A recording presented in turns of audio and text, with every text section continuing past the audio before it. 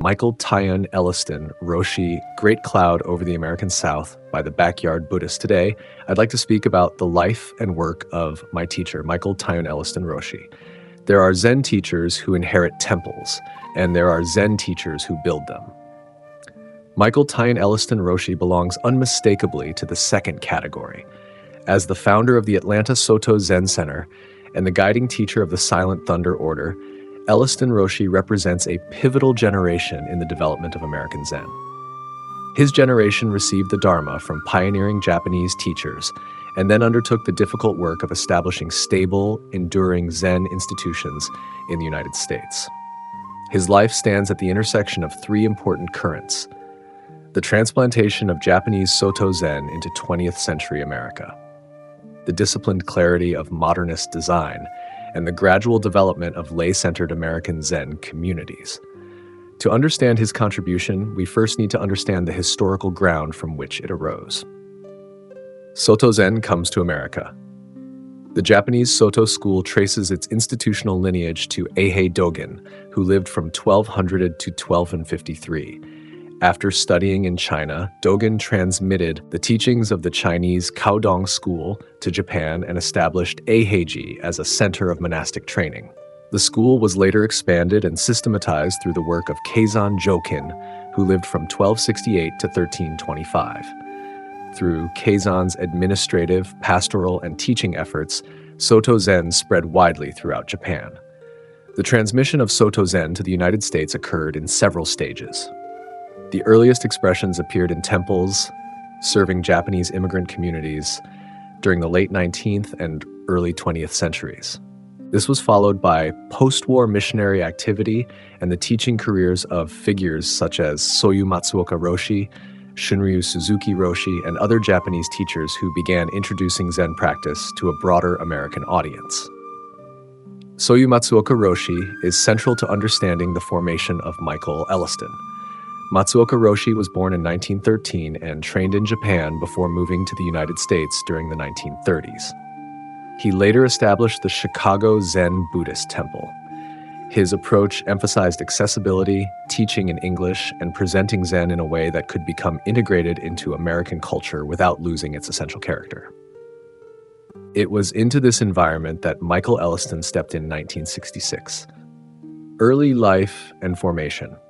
Michael Elliston was born in 1941 and raised on a farm outside Centralia, Illinois. The discipline of farm life gave him an early grounding in physical work, practicality, and direct engagement with the material world. Unlike a traditional monastic novice who enters a temple at a young age, Elliston came to Zen through the worlds of design, education, and professional life. He earned a Bachelor of Science degree from the Illinois Institute of Technology in 1964 and completed a Master of Science degree there in 1970. At that time, the Institute of Design at Illinois Tech carried forward the direct educational legacy of Laszlo Moholy-Nagy and the new Bauhaus. This is more than an incidental detail in his biography. Elliston was trained in the Bauhaus method of design. That method emphasized structural clarity, functional integration, perceptual discipline, the removal of unnecessary ornament, and the unity of art with everyday life. The modernist principle that form follows function, first articulated by the American architect Louis Sullivan and later refined through Bauhaus teaching, became part of the intellectual and practical atmosphere in which Elliston was educated. His later presentation of Zen reflects this same structural minimalism. Zazen is not treated as a symbolic performance. It is functional alignment. Rituals are not decorative survivals from another culture. They are containers for awareness. Language is pared down. Unnecessary metaphysics is avoided. The emphasis remains on seeing clearly and practicing directly. In one of his reflections on Dogen, Elliston writes, "First of all, forget your ego and listen quietly to what others say and later ponder it well." The emphasis is on disciplined perception. We learn to see without immediately projecting our assumptions onto what is before. This same discipline lies at the heart of both serious design and serious Zen practice. Discipleship, under Soyu Matsuoka Rōshi. In 1966, while teaching in Chicago, Michael Elliston met Soyu Matsuoka Rōshi. After approximately 2 years of practice, Elliston entered into formal discipleship under him. He received the Dharma name Taiun. Taiun means great cloud. In 1969, he was registered with the headquarters of the Sōtō school in Japan. He was ordained as a Zen priest in 1970. Matsuoka Rōshi's teaching placed zazen at the center of the Zen path. Zazen was not optional, symbolic, or secondary. It was the foundation. Elliston later recounted being present when someone asked Matsuoka Rōshi about what is sometimes called engaged Zen. Rather than answering with a philosophical explanation, Matsuoka assumed the posture of meditation and said, "This is the most you can do." That statement encapsulates much of Matsuoka's approach. Posture before theory. Embodiment before ideology. Practice before philosophical speculation. Elliston internalized this understanding deeply. Practice does not merely illustrate philosophy. Practice gives rise to philosophy. The body sits, the breath settles, the mind reveals itself. Only then do our explanations begin to have substance. Founding the Atlanta Sōtō Zen Center. After relocating to Atlanta in 1970, Michael Elliston began offering instruction in Zen practice. In 1977, he formally established the Atlanta Sōtō Zen Center. This was historically significant. During the 1970s, American Zen was still concentrated primarily in cities such as San Francisco, Los Angeles, Chicago, and New York. Establishing a durable Sōtō Zen institution in the American Southeast required more than charismatic teaching. It required patience. It required administrative ability. It required the willingness to continue through periods of uncertainty, limited resources, and gradual growth. The Atlanta Sōtō Zen Center became one of the longest continuously operating Sōtō Zen centers in the region. Over the decades, Elliston Rōshi trained priests, meditation instructors, and lay practitioners. He later established the Silent Thunder Order as a broader organizational body connecting practitioners and affiliated Zen communities. And in 1983, Matsuoka Rōshi conferred upon him the title of Roshi. Elliston has described the title with characteristic understatement as the PhD of Zen. Yet he has consistently framed lineage not as a source of prestige, but as a form of responsibility. He writes, "We cannot sidestep the responsibility of the legacy and lineage that we carry, but it is a light burden." This is an important point. In authentic Zen practice, a title is not a personal ornament. It is not proof of spiritual superiority. It is a responsibility to preserve, embody, and transmit the practice. The burden is light only when it is not carried for oneself. Dual lineage and institutional continuity. Elliston Rōshi's primary Dharma inheritance comes directly through Soyu Matsuoka Rōshi. However, during the early years of the 21st century, he undertook additional training and formal recognition within the wider institutional framework of the Sōtō school. This work was completed under the guidance of Shohaku Okumura Roshi. Okumura Roshi's lineage descends through Kosho Uchiyama Roshi and Kodo Sawaki Roshi, two of the most influential Sōtō teachers of modern Japan. In 2007, Elliston completed Dharma transmission within this lineage as well. This formally situated him within both the Matsuoka stream and the Sawaki, Uchiyama, and Okumura stream, Zen. Elliston explains this dual recognition plainly. He has said that on one set of certificates, his name follows that of Matsuoka Sensei, while in the Sawaki lineage, his name follows Okumura Roshi. From a historical perspective, this reflects an important phase in the maturation of American Zen.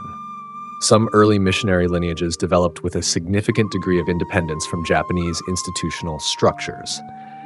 As American Zen communities became more established, many began reconnecting with broader Sōtō institutions. This helped ensure clerical recognition, doctrinal continuity, and institutional stability. Elliston's dual recognition did not replace his original lineage identity. It reinforced it. Architecturally speaking, it was reinforcement rather than replacement. The foundation remained the same. The structure was strengthened. Ordinary everyday Zen materials from the Atlanta Sōtō Zen Center frequently describe Elliston Rōshi's approach as ordinary everyday Zen. This phrase communicates something important. Zen is not presented as an escape from ordinary life. It is the disciplined practice of entering ordinary life completely. Elliston writes, "While we do not proselytize, we share the Dharma primarily by teaching Zen's method.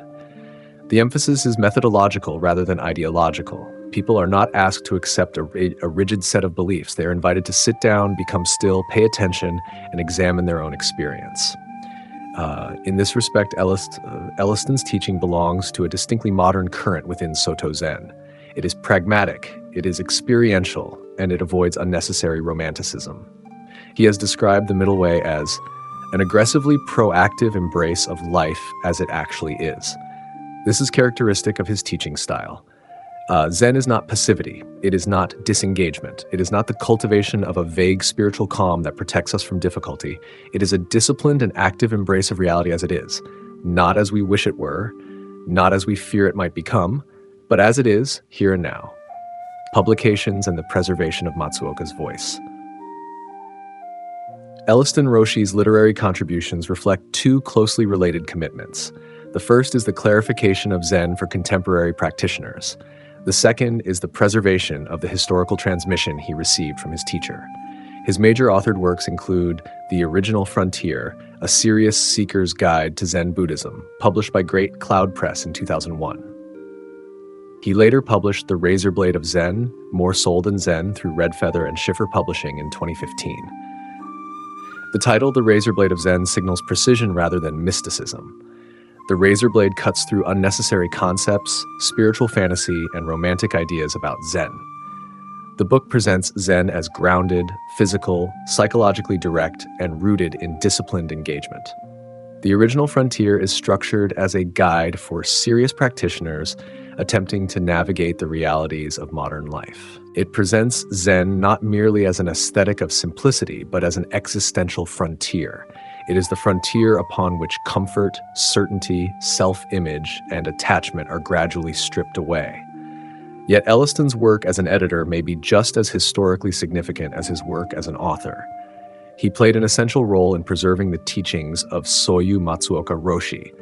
Among the works he edited are the Zen Buddhist Temple, A Personal Perspective, published in 1997. He also edited the Kyosaku, A Zen Teacher's Voice, published in 2004.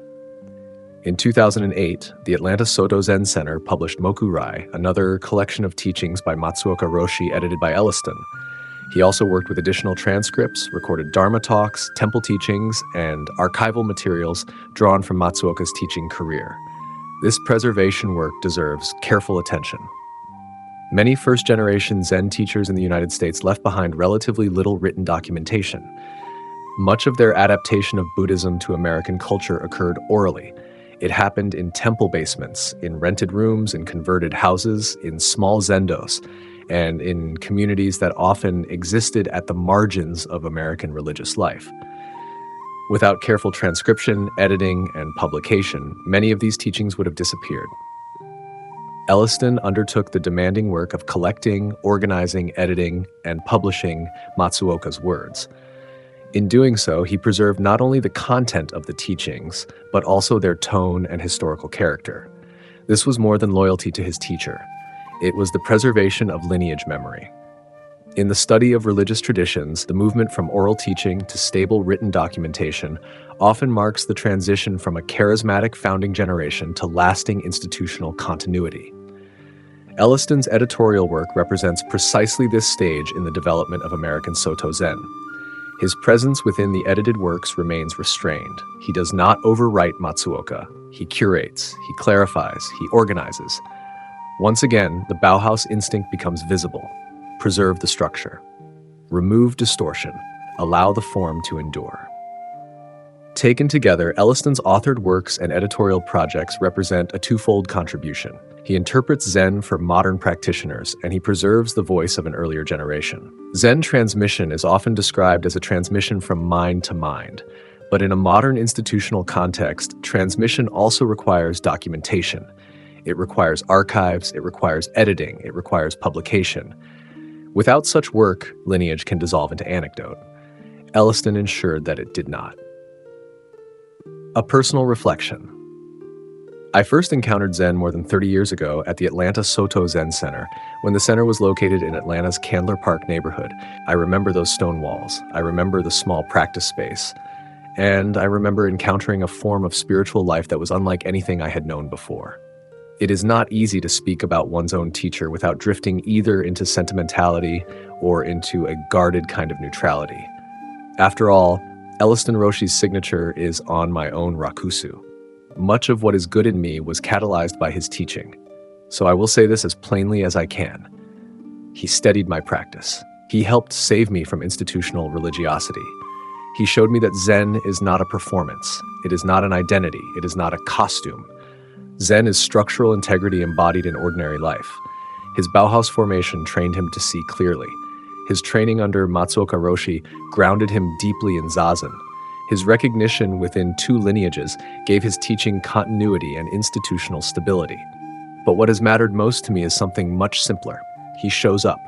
He sits down and he continues, day after day, year after year, decade after decade, through the rise and fall of institutions, through changes in culture, through disagreements, difficulties, losses, and uncertainty. He returns to the cushion. And in doing so, he transmits something that cannot be captured entirely in words. Not mystique, not celebrity, not spiritual theater. Clarity, stability, continuity, and the quiet willingness to keep practicing. Michael Taiun Elliston Rōshi's Dharma name means great cloud. A cloud does not hold itself apart from the landscape. It gathers, it moves, it changes form, and when conditions are right, it releases rain upon the earth. For nearly half a century, the Great Cloud has remained over the American South, not as an ornament in the sky, but as a source of shade, nourishment, and steady rain for those who have come seeking the way. For that, I am deeply grateful.